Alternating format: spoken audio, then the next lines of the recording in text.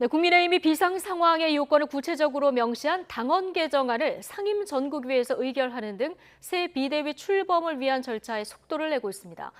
오는 5일쯤 비대위 사령탑도 발표될 예정인데 추가 법적 대응에 나선 이 전 대표는 성상납 의혹 관련 검찰 소환에 대해선 침묵을 이어가고 있습니다. 이경국 기자입니다.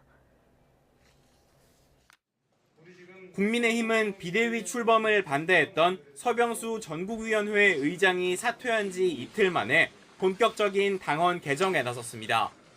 첫 관문인 상임 전국위를 열고 새 비대위 출범을 위한 당헌 개정안을 만장일치로 의결했습니다.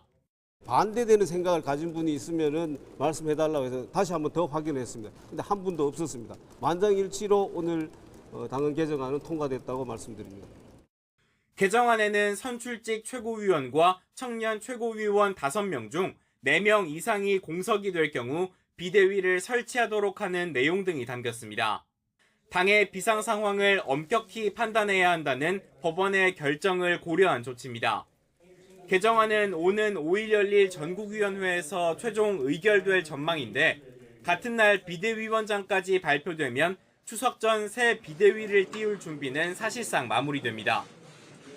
이와 관련해 윤석열 대통령은 당무에 대해 언급하는 건 부적절하다며 말을 아꼈지만 잘 헤쳐나갈 것이라고 기대하고 또 믿고 있습니다.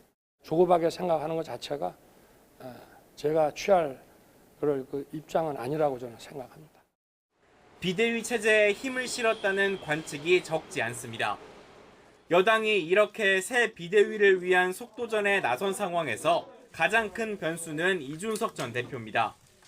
이 전 대표 측은 당헌 개정안은 앞선 법원의 결정에 정면으로 어긋난다며 강하게 반발했고 새 비대위원장 등에 대한 직무 정지 가처분 신청까지 예고한 상태입니다. 또다시 법원이 이 전 대표의 손을 들어준다면 여권의 혼란이 걷잡을 수 없이 커지는 만큼 당 지도부에서는 비판이 터져나왔습니다. 당의 혼란을 수습할 그런 도의적 책임이 있다 이렇게 생각을 하고 있습니다. 계속해서 법적 쟁송을 하는 것이 능사가 아니라는 말씀을 드립니다. 다만 이준석 전 대표도 성상납 의혹과 관련해 경찰로부터 소환 통보를 받는 등 정치적 입지가 중대 갈림길에 섰습니다. 일단 이 전 대표는 침묵을 이어가고 있는데 경찰 수사 결과에 따라 당 윤리위의 추가 징계 여부는 물론 비대위를 둘러싼 소송전도 큰 영향을 받을 전망입니다. YTN 이경국입니다.